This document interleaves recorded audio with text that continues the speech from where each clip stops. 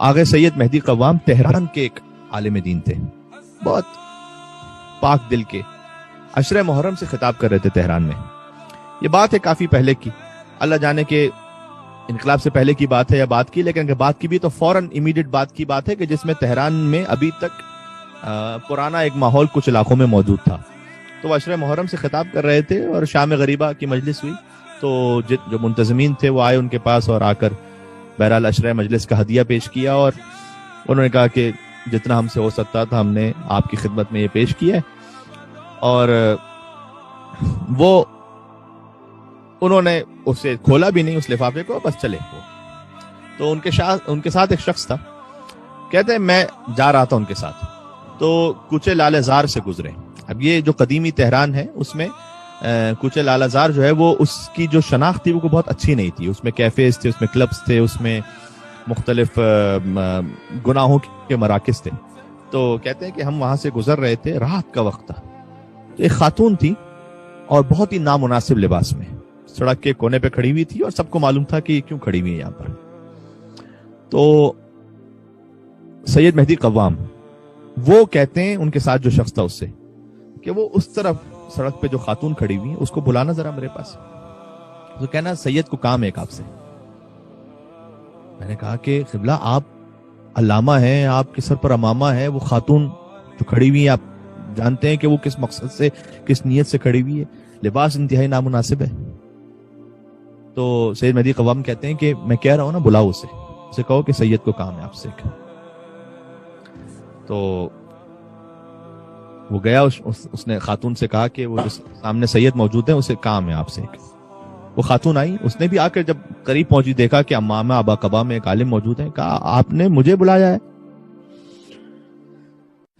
ان کے پاس جو انویلپ تھا ہدیے کا عشرہ محرم سے، وہ انہوں نے خاتون کی طرف بڑھایا اور کہا کہ یہ ہدیہ ہے آپ کے لیے امام حسین علیہ السلام کی طرف سے، اس شرط پر کہ یہ وعدہ کرو کہ جب تک یہ ہدیہ آپ کی زندگی میں مال اور اسباب یہ جاری رہے گا یہ حرام کام نہیں کرو گے.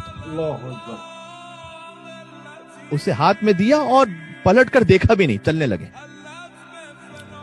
اچھا واقعہ گزر گیا، کیونکہ بہرحال تہران میں چاہے اس قسم کے گناہوں کے مراکز تھے، لیکن کیا کیا جائے کہ تھے تو وہی شیعہ ہی تھے، وہ ان میں سے اکثر ہی.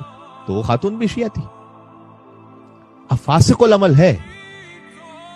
امام نے کہا نا کہ ہمارے چاہنے والے کی ذات پاک ہوتی ہے، اندر نور ہدایت ہوتا ہے اس کے.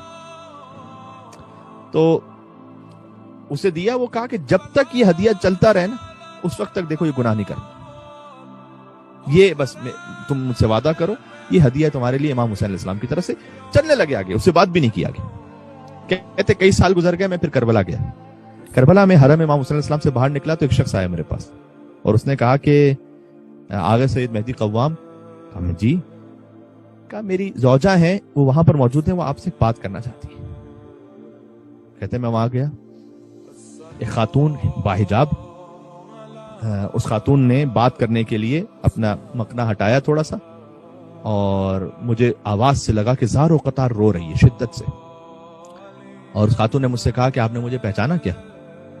میں نے کہا کہ نہیں پہچانا میں نے آپ کو.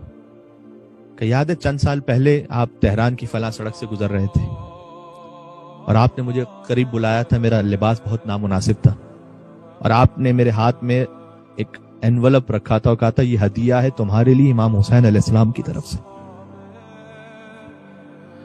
کہتے ہیں آپ دے کر چلے گئے، میں تو وہیں سڑک پر بیٹھی زار و قطار روتی رہی بہت دیر تک، اور میں اپنے آپ سے کہتی رہی کہ عشرہ محرم گزر گیا، مجھے احساس بھی نہیں ہوا میں کن گناہوں میں.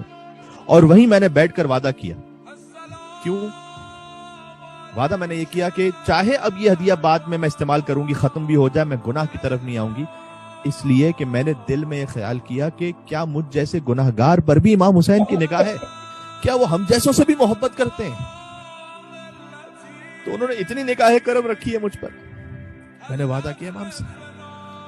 یہ بالکل وہی سید سجاد علیہ السلام کے اشعار ہیں کہ جو خانہ خدا کو دیکھ کر وہ کہتے تھے کہ انکان جودک لا یرجو اللہ اشرف من یجود بالعاصین عن النعم. پروردگار اگر تیرا دروازہ فقط نیک لوگوں کے لیے ہوتا تو گناہگار کس کے دروازے پہ جا کے مانگتے؟ میں آپ کی جانب سے کہوں گا، یا ابا عبداللہ حسین علیہ السلام، آپ کا دروازہ فقط نیک لوگوں کے لیے ہوتا تو پھر ہم جیسے کہاں جاتے، کس فرش پہ جا کے بیٹھتے؟ ایسا نہیں کہ نیک لوگوں کے لیے فقط اس میں کوئی عالم مجتہد آیت اللہ، کوئی بہت اچھا مومن، فقط وہی آئے گا، نہیں، حسین کا دروازہ وسیع ہے.